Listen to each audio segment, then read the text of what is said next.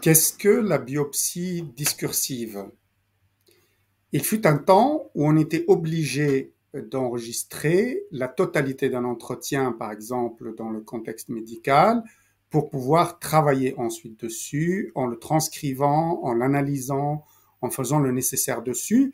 L'objectif était l'exhaustivité et le fait que l'on puisse rien rater de cet extrait-là ou de cet entretien-là.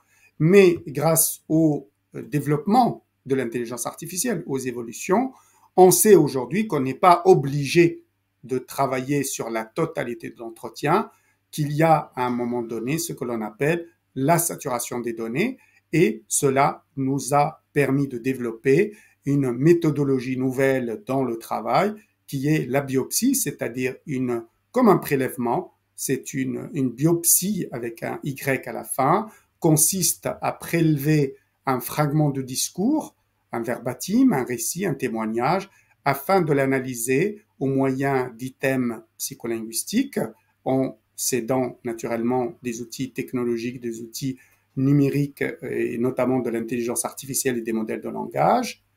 Contrairement à l'anamnèse, la biopsie n'impose pas une rémémoration exhaustive de patients, mais autorise une recherche anamnestique sur un simple échantillon.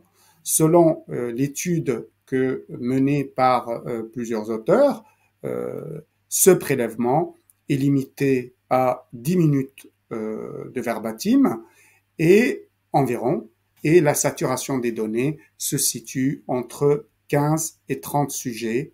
Au-delà de ce seuil, la collecte de nouvelles données qualitatives ne produit que des données déjà découvertes auparavant et le rendement de l'étude diminue, c'est-à-dire que chaque nouvel entretien apporte une contribution inférieure à la précédente. C'est ce qu'on appelle la saturation des données et c'est ce qui motive le fait de faire des biopsies, c'est-à-dire des prélèvements d'échantillons et de travailler sur des simples échantillons au lieu de travailler sur la totalité de l'entretien. Quel est l'intérêt de la biopsie?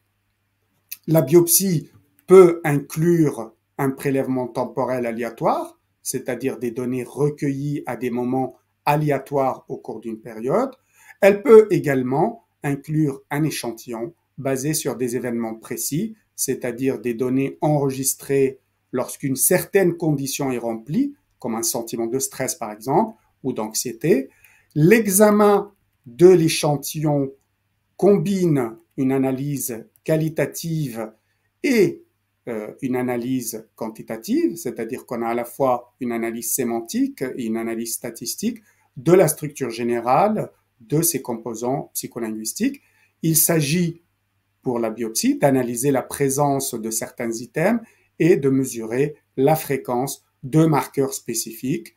Il est possible de lui appliquer aujourd'hui, grâce aux outils informatiques disponibles, une analyse quantitative et une analyse qualitative. Et là, je vous renvoie aux études sur les marqueurs psycholinguistiques de différentes pathologies que l'on fait aujourd'hui. Cela signifie finalement qu'on n'est plus obligé d'aller vers l'exhaustivité, qu'on n'est plus obligé de travailler sur des entretiens généraux, mais qu'il faut cibler l'extrait, la biopsie discursive, l'échantillon sur lequel on va travailler, parce que la plupart du temps, on va trouver la quasi-totalité des marqueurs dans cet échantillon s'il est bien choisi.